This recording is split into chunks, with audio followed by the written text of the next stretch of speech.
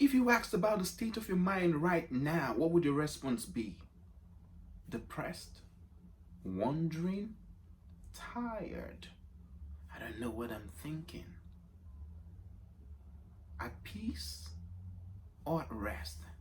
Come with me, let me show you how to take your thoughts from where they shouldn't be to where they ought to be.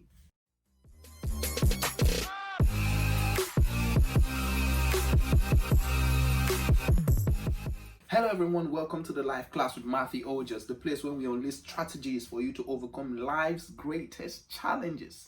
Today we'll be talking about how to master your mind. With a myriad of shocking events happening in our world today, what do you think the response of the majority to the question I asked earlier would be? Well, think about that. The incidence of mental health conditions peaked in the year 2020, with many showing signs of depression and suicidal attempts, as they thought that there was nothing worth living for and the best option for them was to take their life. The mind is a very powerful aspect of the human body with unimaginable potential. Understanding, mastering, and caring for the human mind is key to living a peaceful life, and failure to do that may lead to a very poor outcome. One of the wisest men that ever lived, King Solomon, wrote in the greatest book ever written, the Bible.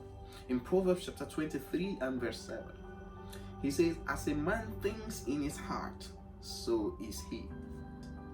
And if you read further in that scripture, it tells you that there was a man who took his friend to dinner, and he was telling him, eat, eat, eat.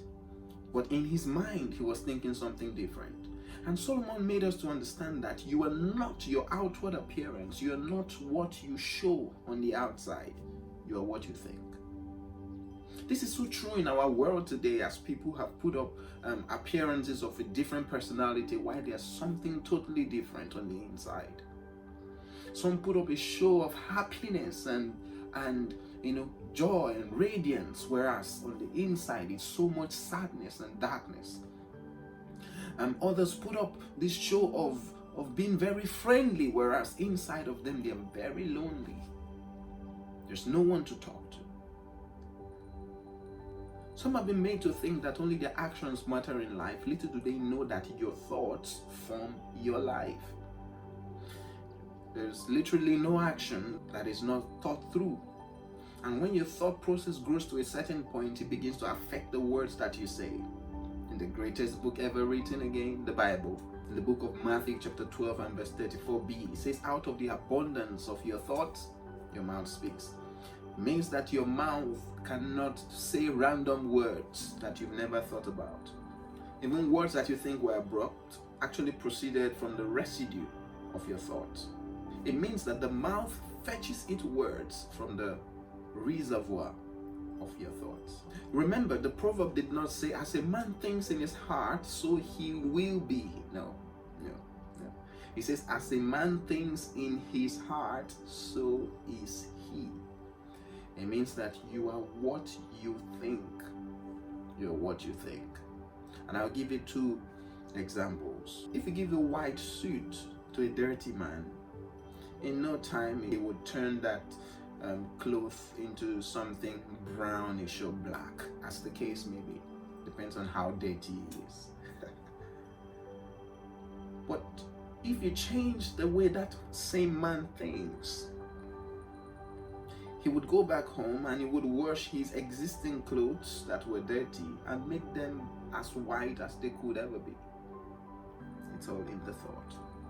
Similarly, if you're in business and you gave a multi-billion-dollar business to someone who thinks at $1,000 level, he would crash that business so bad to the point where it would come to the $1,000 level where he could manage it.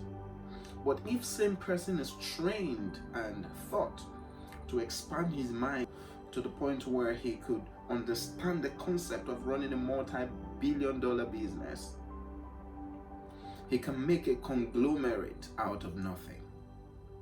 This means that it is not what is given to a man that makes a man. It is what the man thinks that makes him. So if you want to change a man, change the way he thinks, and then the whole man will change.